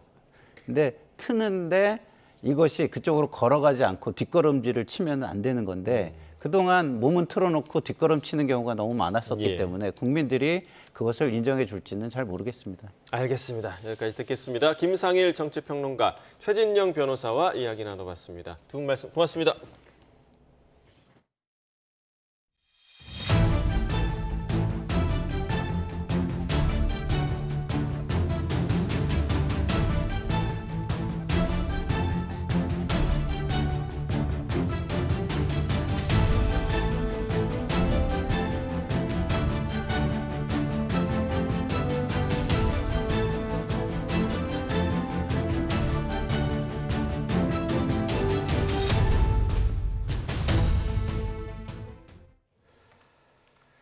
전국에 오후부터 눈이나 비가 내리면서 도로 살얼음 우려가 커지고 있습니다. 눈으로 구분이 더 어려워서 더 위험한 만큼 안전거리 확보와 또 감속 운전 등 각별한 주의가 필요합니다. 김기수 기자입니다. 화물차 앞부분이 종이장처럼 구겨졌고 도로 한쪽에는 파편들이 어지럽게 나뒹굽니다. 지난달 10일 서산 영덕고속도로에서 발생한 사고로 차량 10여 대가 뒤엉키면서 5명이 숨졌습니다. 사고 원인으로 지목된 것은 도로 살얼음, 이른바 블레가 있습니다. 기온이 영하권을 오르내리는 상태에서 눈이나 비가 겹치면 살얼음이 쉽게 생깁니다. 특히 내륙 지역을 중심으로 지표면의 낮은 온도 때문에 어는 비가 내릴 수 있습니다. 어는 비는 내릴 땐 비지만 차가운 지표면에 닿는 순간 얇은 얼음막으로 바뀝니다. 특히 그늘진 구간, 교량 위, 터널 출입구, 강변도로처럼 기온이 더 떨어지는 곳에선 살얼음이 갑자기 생길 수 있습니다. 살얼음은 눈에 잘 띄지 않아 위험 구간에선 안전거리 확보가 가장 중요합니다. 전문가들은 한번 미끄러지면 제동이 어렵다며 감속 운전을 거듭 강조합니다. 도로에서 마찰 기수가 그만큼 떨어지기 때문에 운전자가 제동을 하더라도 핸들을 원하는 방향으로 가지를 못합니다. 그렇기 때문에 살얼음이 발생하는 지역을 운행할 경우에는 속도를 좀 감속하고 또 사고가 났다면 2차 추돌로 이어질 수 있는 만큼 비상등을 켜고 가능하면 도로밖 안전지대로 대피한 뒤 경찰과 보험사에 신고해달라고 당부했습니다. YTN 김규수입니다. 오늘 아침 7시 50분쯤 경북 경산시 하양읍 대한송유관공사 영남지사의 5궤 기름 저장 탱크가 폭발하면서 불이 났습니다. 당시 탱크에는 휘발유 250만 리터가 저장돼 있었고 소방에는 펑하는 소리와 함께 불이 시작됐다는 신고가 접수됐습니다. 소방당국은 유류시설에 난 불을 진화할 수 있는 특수장비를 동원해 2시간 반 만인 오전 10시 20분쯤 불을 모두 껐습니다. 오늘 아침 8시 40분쯤에는 경남 양산시 어곡동의 풍력발전기에서 불이 나 1시간 50분 만에 불길이 잡혔습니다. 이 불로 현재까지 다친 사람은 없고 풍력단지 직원과 인근 사찰 관계자 6명이 스스로 대피했습니다. 소방당국은 장비 16대, 인원 48명을 동원해 불을 끄고 있습니다. 오늘 새벽 1시쯤 강원 동해시 발안동에 있는 목조주택에 불이 나 1시간 반 만에 꺼졌습니다. 이 불로 60대 남성 1명이 어깨 통증을 호소해 병원으로 옮겨졌고 주민 2명이 연기를 마셨습니다. 또 주택이 모두 불에 타면서 소방추산 2,800여만 원어치의 재산 피해가 났습니다. 헌법재판관 미임명 의혹 등으로 추가 기소된 한덕수 전 국무총리 재판이 오늘부터 본격적으로 시작됩니다. 서울중앙지방법원은 오늘 오후 2시부터 직권남용 혐의 등을 받는 한 전 총리의 첫 공판기일을 진행합니다. 최상목 전 기획재정부 장관과 김주현 전 대통령실 민정수석, 그리고 정진석 전 대통령실 비서실장과 이원모 전 공직기강 비서관도 함께 재판을 받습니다. 이번 첫 공판에선 내란 특검이 공소사실 요지를 진술하고 한 전 총리를 포함한 피고인 측에서 혐의에 대한 입장을 밝힐 예정입니다. 김건희 특별검사팀이 양평고속도로 특혜 의혹으로 기소한 공무원과 용역업체 관계자들의 첫 공판도 오늘 열립니다. 서울중앙지방법원은 오늘 오후 직권남용 혐의 등으로 재판에 넘겨진 국토부 김모 전 서기관 등 7명의 첫 공판기일을 진행합니다. 김 전 서기관과 한국도로공사 직원 2명은 양평고속도로 타당성 평가를 맡은 용역업체들의 김건희 씨 일가가 소유한 강상면이 최적 노선이라는 결론에 이르도록 직권을 남용한 혐의 등을 받습니다. 검찰이 1억 원 공천원금 의혹을 받는 강선우 의원과 김경 전 시의원에 대해서 구속영장을 청구했습니다. 경찰은 영장에서 빠진 나머지 의혹들에 대한 수사에도 속도를 내고 있습니다. 김희영 기자가 보도합니다. 지난 5일 경찰은 2022년 지방선거 과정에서 오간 1억 공천원금 의혹과 관련해 강선우 의원과 김경 전 서울시 의원에 대해 구속영장을 신청했습니다. 영장 청구 권한을 가진 검찰은 곧바로 결론을 내지 않고 고심을 이어왔는데 신청을 접수한 뒤 나흘 만에 법원에 구속영장을 청구했습니다. 검찰은 수집된 증거를 면밀히 검토한 결과 범행이 중대하고 도주와 증거인멸의 우려가 있는 점 등을 고려했다고 설명했습니다. 영장이 반려될 수 있다는 우려도 나왔던 만큼 경찰은 한숨 놓은 분위기지만 강 의원에게 헌법이 보장하는 불체포 특권이 있다는 점은 변수입니다. 불체포 특권 그대로 유지하십니까? 과거 사례를 참고하면 영장 청구 뒤에도 구속 여부 결정까지 통상 3주에서 4주는 걸릴 전망입니다. 체포동의 요구서가 대통령 재가를 거쳐 국회에 제출돼 본회의에 보고되고 이후 최대 72시간 안에 체포동의안 표결이 이루어져야 합니다. 이때 재적의원의 과반 출석, 출석의원 과반 찬성으로 가결돼야 법원이 영장심사를 진행할 수 있습니다. 김 전 시의원의 경우 이르면 이번 주 구속신문 일정이 잡힐 전망입니다.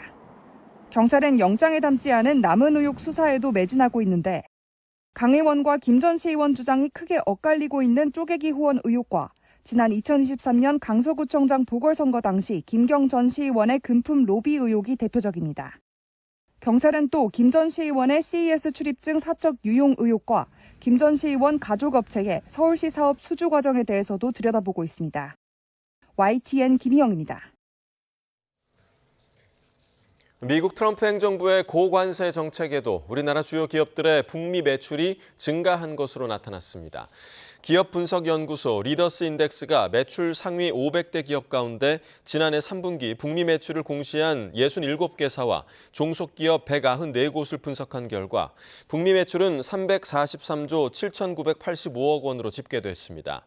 전년 3분기와 비교해 14.1% 늘어난 수준으로 특히 IT, 전기, 전자 업종의 매출이 20.7% 증가했습니다.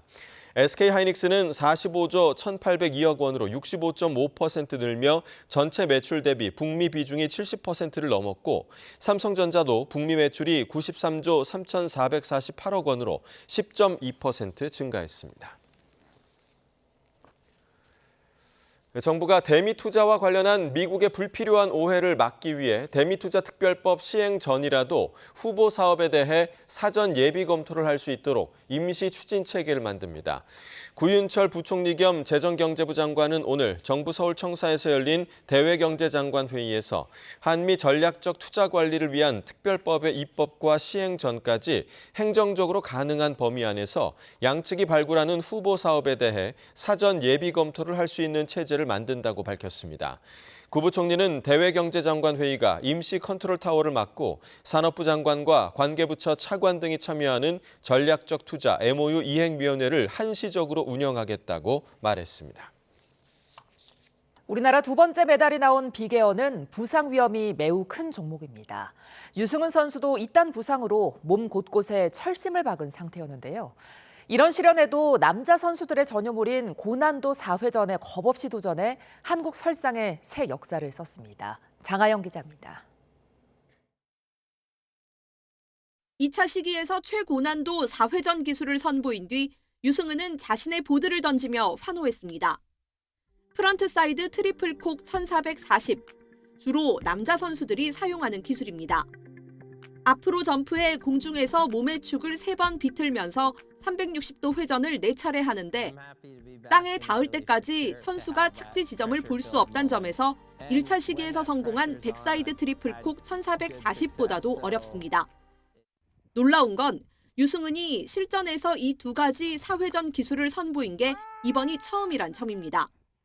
가장 큰 무대인 올림픽에서 비장의 카드를 꺼내 착지까지 완벽하게 성공한 겁니다. 유승은은 지난 시즌 발목과 손목이 잇따라 부러지는 부상으로 힘든 시간을 보냈습니다. 부상 부위에 철심을 삽입하고 복귀한 월드컵 대회에서 뒤로 3바퀴 반을 도는 백사이드 더블 1080을 깔끔하게 보여주며 샛별 탄생을 예고했습니다. There we go. Backside double 10. Perfect. Landing so deep on that. Oh my gosh. 아파트 15층 높이에서 단 한 번의 점프로 승패가 갈리는 비계어. 착지했을 때의 환호가 좋다는 18살 고등학생은 한국 설상 프리스타일 역사의 새 문을 활짝 열어 젖혔습니다. YTN 장하영입니다. 이재명 대통령은 밀라노 코르티나 단페초 동계올림픽에서 한국 여자 스키 스노보드 종목 최초로 메달을 딴 유승은 선수에게 축하 메시지를 전했습니다. 이 대통령은 오늘 SNS에 불과 18배 나이로 첫 도전에 나선 올림픽 무대에 서거둔 동메달은 대한민국 스노보드 역사에 새로운 이정표를 세웠다고 적었습니다. 이어 지난 1년간 연이은 부상으로 쉽지 않은 시간을 보냈다고 들었다며 긴 회복의 시간을 견뎌낸 끝에 이뤄낸 오늘의 성과이기에 더욱 뜻깊다고 격려했습니다. 이 대통령은 또 유 선수가 보여준 담대한 도전 정신과 흔들림 없는 집중력은 국민 모두에게 경이로움과 큰 감동을 안겨줬다며 참으로 자랑스럽다고 덧붙였습니다.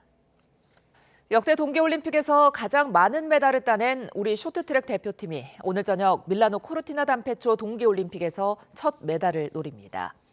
대표팀은 우리 시각 저녁 8시에 열리는 혼성계주 준결승부터 출전해 준결승과 결승 레이스를 거쳐 메달에 도전합니다.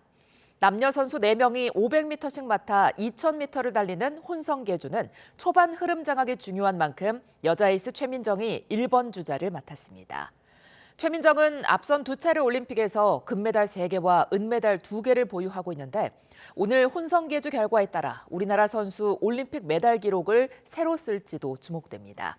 국가대표 주장이기도 한 최민정 선수의 각오 직접 들어보시죠. 다른 선수들과 함께 이제 첫 종목인 만큼 진짜로 중요한 만큼 좀 잘 준비해보자라는 얘기들 많이 하고 있고 후배 선수들도 좀 의기투합하면서 잘 하려고 의지가 굉장히 잘 불태우고 있어서 뭐 저랑 황대현 선수는 벌써 3번째 출전하고 나머지 선수들은 이번이 이제 첫 올림픽 출전인데 각자 상황은 다르지만 목표는 같기 때문에 선수들의 의지가 좀 강하다면은 어려운 상황에서도 좀 좋은 결과로 나타나지 않을까라는 생각이 들어요. 대한민국 쇼트트랙 화이팅! 단체전을 통해 예행 연습을 마친 피겨 대표팀. 이제 본 경기와도 같은 개인전을 준비하고 있습니다.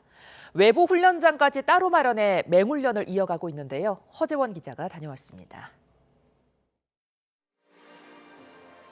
밀라노 시내에서 차로 30여 분을 달리자 한적한 동네에 작은 빙상장이 나타납니다. 우리 피겨 대표팀 선수들이 구슬땀을 흘리고 있는 외부 훈련장입니다. 올림픽 조직위원회가 준비한 공식 훈련장에서는 정해진 시간에만 훈련할 수 있기 때문에 외부 훈련장을 추가로 섭외한 겁니다.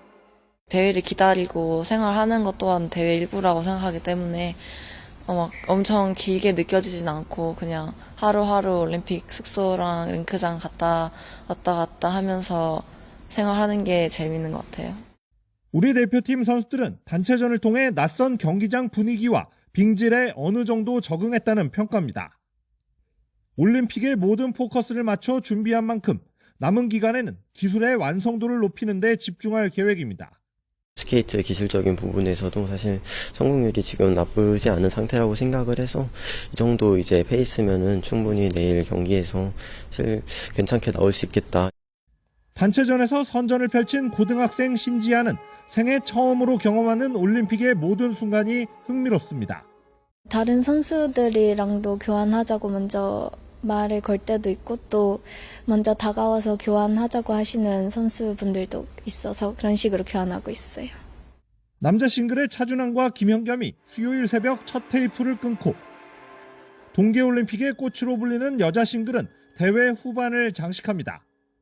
단체전을 통해 워밍업을 마친 우리 피겨 대표팀 선수들은 이제 개인전에서 후회 없는 인생 연기를 준비하고 있습니다. 밀라노에서 YTN 허재원입니다.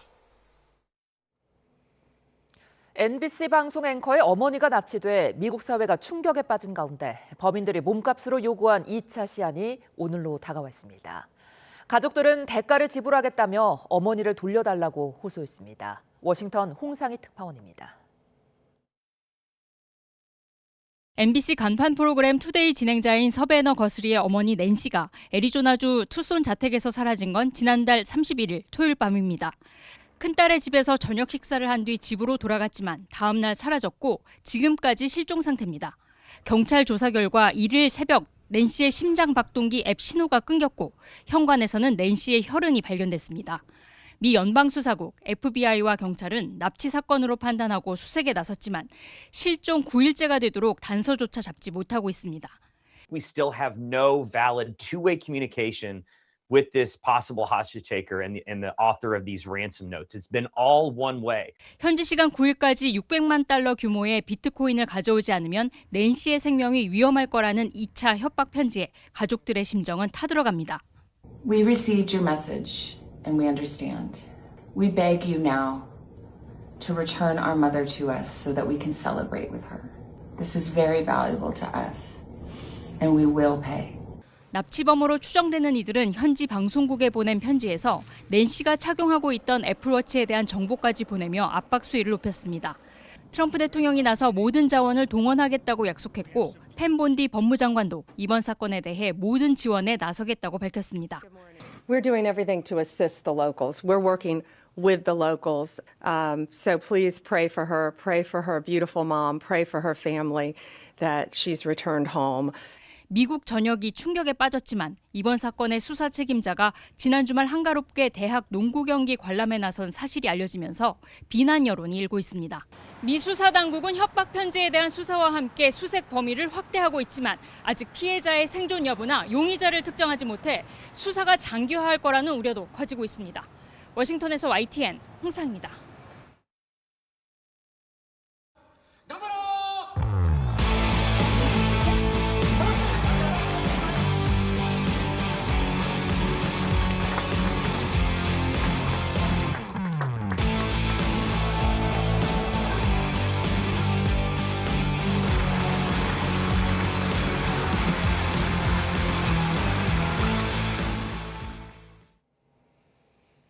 일본 총선에서 다카이치 총리가 이끄는 자민당이 압승을 거두며 전쟁 가능국과 개헌 움직임이 빨라질 수 있다는 우려가 나오고 있습니다.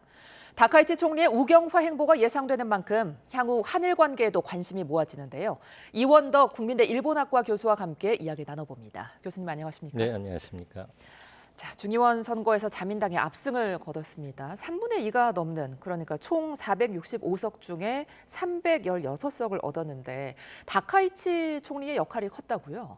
예, 이번 자민당의 승리는 아마 일본 전후사에서 그야말로 그 최고의 기록을 역대급 승리라고 볼 수 있는데요. 예. 한마디로 이번 선거에서 이길 수 있게 된 비결은 뭐냐? 예. 저는 다카이치 총리 그 자체라고 생각합니다. 짧은 선거 기간 동안에 다른 선거 쟁점을 다 제치고 국민에게 물었습니다. 이번 선거에서 다카이치 총리를 선택할 것이냐, 아니면 야당 총재에게 정권을 넘길 것이냐. 그 단일한 질문을 일본 유권자에게 던진 결과 예. 다카이치 내각의 높은 지지율이 그대로 총선에 반영되어서 그런 좋은 결과가 나왔다고 생각합니다. 그러니까 이제 그 3분의 1을 넘겼다고 하면 보수 결집을 넘어서 무당층도 확보를 했다는 건데 인기의 비결을 뭐라고 봐야 될까요? 몇 가지 있는데요. 이 다카이치 총리는 전후 일본에서 보면은 최초의 여성 총리이기도 하고 예. 또 일본 대부분 자민당 지도자들이 세습 정치인이 많은데 예.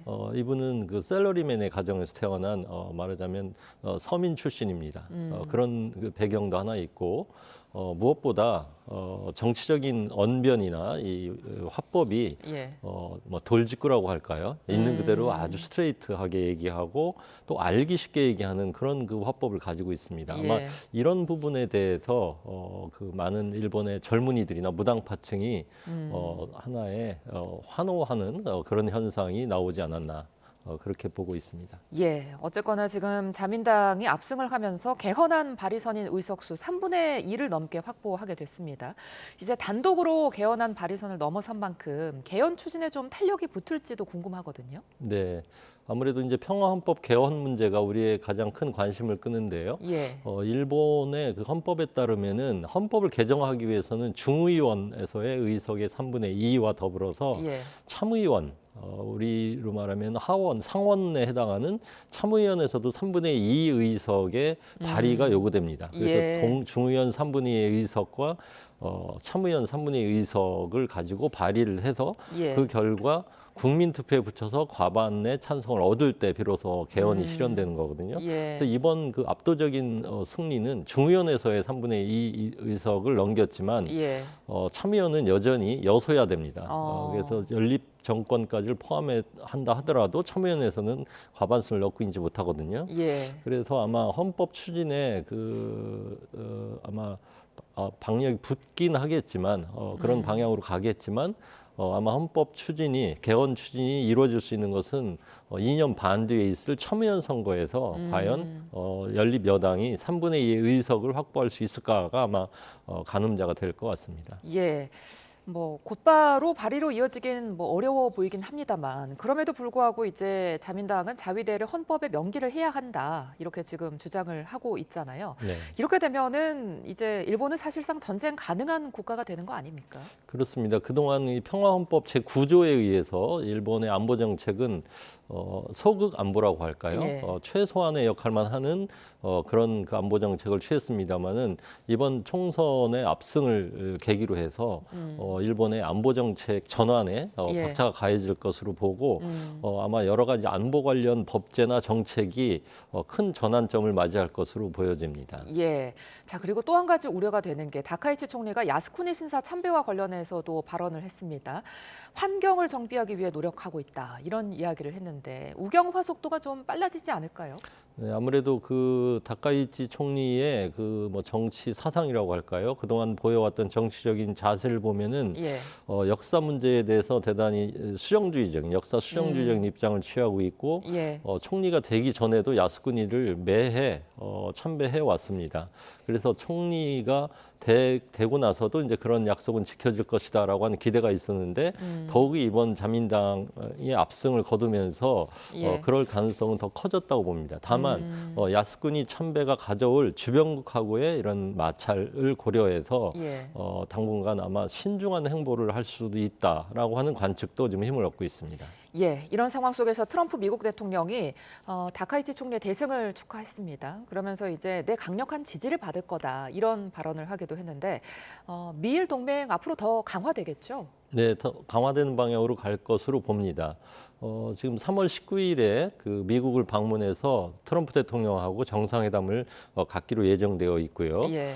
그 정상회담이 아니더라도 이미 이 다카이치 총리는 미국하고의 그 군사 동맹을 더욱 강화한다. 그리고 군사 문제에 있어서의 일체화를 더욱 가속시키겠다. 그런 공언을 해왔기 때문에 예. 앞으로 미일 관계는 더 강력한 동맹으로 지속될 것으로 그렇게 보여집니다. 예.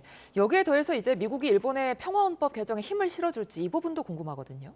아마 미국의 입장에서 보면은 그 일본에게 방위 분담을 요구하고 있는 입장이고 예. 군사비 지출을 좀 더 해서 미국의 역할을 대신해 달라고 하는 그런 입장에 있기 때문에 일본이 군사적으로 가령 방위비를 증대시키는데 여전히 걸림돌이 되고 있는 것이 평화헌법이라고 하는 인식이 있습니다. 따라서 헌법을 개정해서라도 일본이 미국이 원하는 안보 분담 또 군사적인 역할을 대행할 수 있도록 하는 그런 체제 정비에 미국은 아마 그 힘을 실어줄 것으로 그렇게 예측이 되고 있습니다. 예. 하지만 중국은 좀 심기가 불편해 보입니다. 중국 관영 매체에서 화무 백일홍을 언급하기도 했는데 앞으로 이제 중국과 일본 관계는 어떻게 전망하세요? 지금 뭐 아시다시피 대만 해협 사태에 관한 다카이치의 좀 돌출 발언으로 인해서 지금 중일 관계가 상당히 냉각되어 있습니다. 뭐 냉각되어 있다고 보기보다는 오히려 긴장도가 상당히 긴장이 높아지고 있습니다. 아마도 일본 국민들이 중국에 대해서 단호하게 맞서는 다카이치 총리를 신임하고 지지한 결과가 되었기 때문에 아마 일본의 그런 대중 정책의 태도는 크게 변하지 않을 것으로 보여지고 따라서 중국의 반발은 더욱 거세질 것으로 보아서 당분간은 아마 중일 관계는 좀 긴장의 도를 높이지 않을까 이렇게 예상이 됩니다. 알겠습니다. 경제 부문도 좀 살펴볼게요. 지금 다카이치 총리가 중요한 선거 이후에 확장 재정 지출에 대한 우려가 높아지고 있거든요. 이런 부분들이 일본 경제에 어떤 영향 미칠까요? 일단 뭐 사나에노믹스라고 해서 그 아베노믹스에 이어서 지금 이 다카이치 총리가 내걸고 있는 경제 정책은 첫 번째가 적극 재정입니다. 예. 적극 재정이라 하면 정부가 재정 지출을 늘려서라도 경제 성장을 이루겠다라고 하는 것이고 특히 전략적으로 중요하다고 생각하는 산업 분야에 대해서 정부가 적극적인 지출을 할 것으로 예상이 됩니다. 예. 따라서 정부가 적극 재정을 취하게 될 경우에서는 아무래도 그 돈이 많이 풀리는 것이기 때문에 그것이 인플레를 유발할 가능성이 있습니다. 예. 그래서 지금 일본 국민들이 가장 원하는 고물가 대책을 수립해달라고 하는 거에는 과연 이러한 그 경제 정책이 올바른 해법으로 볼 수 있는가에 대한 우려는 여전히 있는 것 같습니다. 그 다카이치 총리 돈 풀기 정책 짚어주셨는데 이 부분이 우리나라 금리에도 영향을 준다고 하더라고요.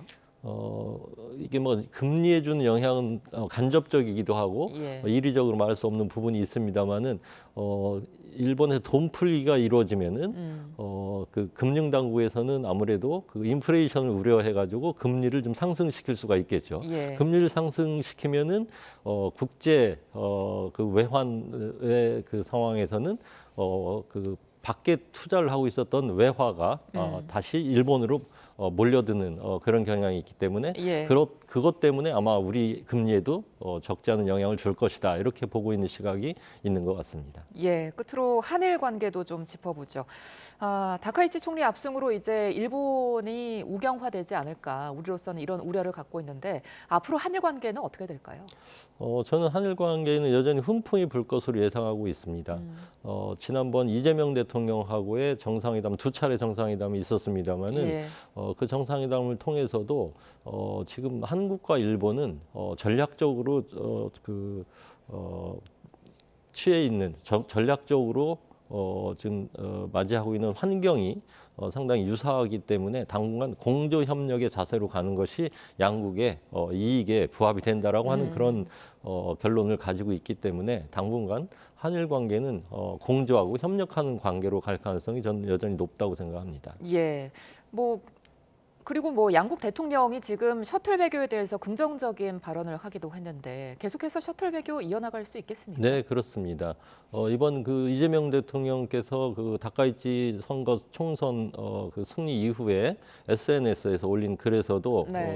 그 셔틀 외교에 관한 언급이 있었습니다만은 예. 지난번 우리 대통령께서 나라를 방문해서 셔틀 외교를 했기 때문에 이번에는 이제 다카이치 총리가 한국을 방문할 차례입니다. 아마 안동 지금 이재명 대통령의 고향으로 되어 있는 안동으로 아마 다카이치 총리가 와서 셔틀 예. 외교를 이어가지 않을까 이렇게 기대하고 있습니다. 예. 자, 그런데 2주 뒤에 다케시마의 날이 한일 관계 분수령이 될 거다 이런 전망도 있더라고요.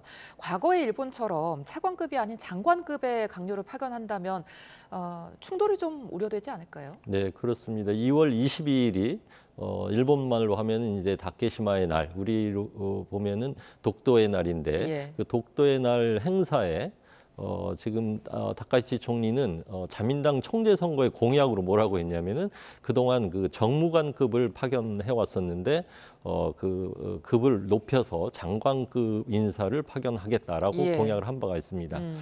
그런데 그것은 이제 총리가 되기 이전의 공약이고요. 그 이후의 상황을 놓고 보면은 독도 문제를 일본이 건든다고 하는 것이 한일 관계의 악화에 가장 지금 중요한 요인이 될 수 있다라고 하는 인식이 있기 때문에 예. 제가 보기에는 다카이치 총리가 그렇게 그 정부 인사의 급을 높이는 일을 하기보다는 기존의 방식대로 정무관을 파견하거나 오히려 급을 낮춰서 파견해서 한일 관계의 마찰을 최소한의 충돌을 막으려고 하는 노력을 하지 않을까 이렇게 조심스럽지만 예측해 보고 있습니다. 알겠습니다. 오늘 말씀 여기까지 듣겠습니다. 지금까지 이원덕 국민대 일본학과 교수와 함께했습니다. 고맙습니다. 감사합니다. 오늘 추위 걱정은 없지만 전국 곳곳에 비나 눈이 내립니다. 이곳 서울은 하늘빛이 잔뜩 흐린 가운데 약한 진눈깨비 정도만 흩날리고 있는데요. 점차 비구름의 영향을 받겠고 내일 오전까지 이어지겠습니다. 비와 눈으로 인해서 도로가 미끄러운 곳이 많을 것으로 보이는 만큼 교통안전에 유의하시기 바랍니다. 자세한 레이더 화면부터 살펴보겠습니다. 현재 곳곳에서 산발적인 비구름이 분포하고 있는데요. 대부분 약한 비나 비와 눈이 섞인 진눈깨비가 내리고 있습니다. 내일 오전까지 비로 내린다면 대부분 5에서 10mm 안팎이 되겠고요. 제주 높은 산간에는 최고 10cm 이상의 큰 눈이 예상돼 대설주의보가 내려졌습니다. 또 영서 북부와 전북 동부에 최고 5cm, 그 밖의 지역은 1에서 3cm의 눈이 오겠습니다. 오늘 낮 기온은 대부분 어제와 비슷하겠습니다. 서울 3도, 광주 6도, 대구는 7도까지 오르겠습니다. 주 후반으로 갈수록 기온은 오름세를 보이겠지만 곳곳에서 미세먼지가 말썽을 부릴 전망입니다. 동쪽 지방은 건조함이 극심한 가운데 강수량이 충분치 않아서 건조특보가 유지되는 곳이 많겠습니다. 계속해서 불씨 관리 철저히 해주시기 바랍니다. 지금까지 YTN 윤수빈입니다.